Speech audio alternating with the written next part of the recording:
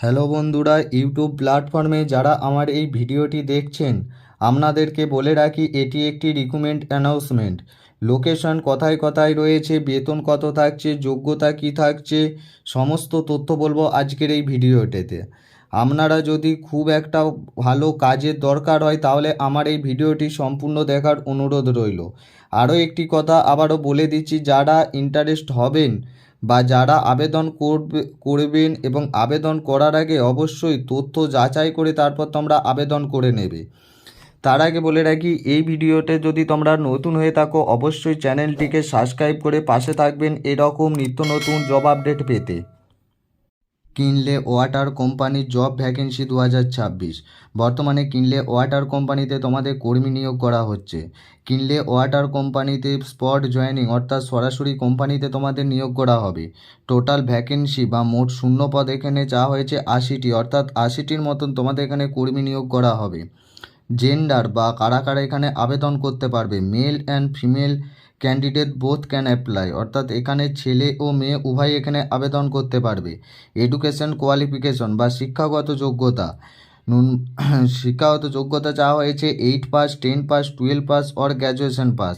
ন্যূনতম 8 পাস থেকে graduation pass হলেই তোমরা এখানে আবেদন করতে পারবে। এর বাইরেও যাদের কোয়ালিফিকেশন আছে তারাও এখানে আবেদন করতে পারবে। ন্যূনতম 8 পাস হলেই তোমরা আবেদন করতে পারবে।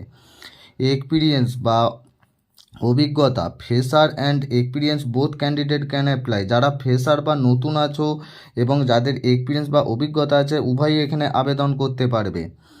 এজ লিমিট, মেল 18 ইয়ার থেকে 14 অর্থাৎ 18 থেকে 45 বছর, ইয়ার ক্যান্ডিডেট বোথ ক্যান অ্যাপ্লাই, অর্থাৎ ছেলেরা 18 থেকে 45 বছরের মধ্যে হলে তবেই তোমরা এখানে আবেদন করতে পারবে এবং মেয়েরাও 18 থেকে 45 বছরের মধ্যে হলে তবেই তোমরা এখানে আবেদন করতে পারবে।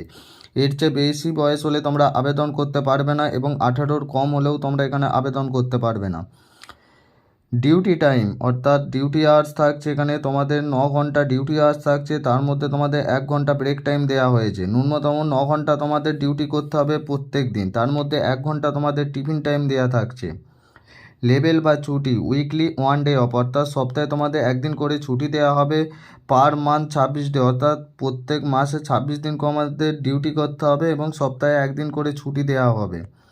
স্যালারি বা বেতন থাকছে এখানে 14,500 টাকা থেকে 24,000 টাকা per month. Post by salary, অর্থাৎ বিভিন্ন পোস্ট অনুযায়ী তোমাদের এখানে স্যালারি ঠিক করা হবে।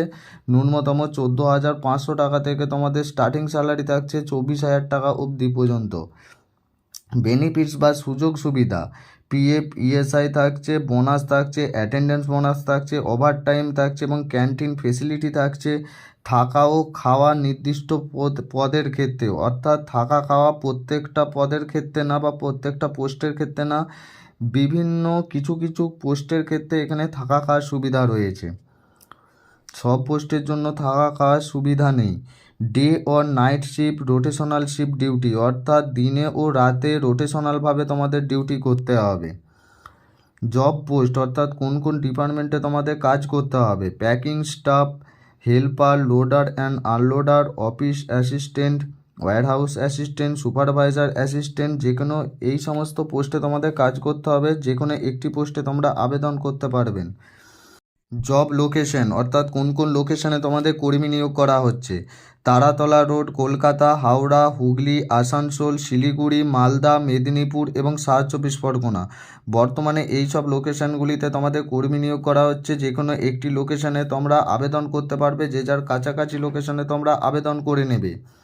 ডকুমেন্টস বা নথিপত্র কী চাওয়া হয়েছে, সিভি বা বায়োডাটা চাই, আধার কার্ড চাই এবং অল কোয়ালিফিকেশনের সার্টিফিকেট, অর্থাৎ যার যার যেই কোয়ালিফিকেশন আছে সেই সার্টিফিকেট নিয়ে যাবে। 2 কপি পাসপোর্ট সাইজ ফটো নিয়ে যাবে এবং ভোটার আইডি কার্ড নিয়ে যাবে।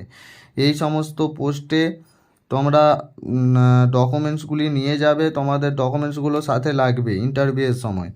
হাউ ক্যান অ্যাপ্লাই অর্থাৎ আবেদন পদ্ধতি, অফলাইনের মাধ্যমে তোমাদের আবেদন করতে হবে। তার জন্য আমার ভিডিও ডিসক্রিপশন বক্সে তোমাদের এইচআরের নাম্বার দেওয়া আছে, সেখান থেকে ভালো করে যাচাই নথিপত্র যাচাই করে তারপর তোমরা আবেদন করবে ডাইরেক্ট এইচআর ইন্টারভিউ, অর্থাৎ এইচআরের কাছে তোমাদের ইন্টারভিউ দিতে হবে।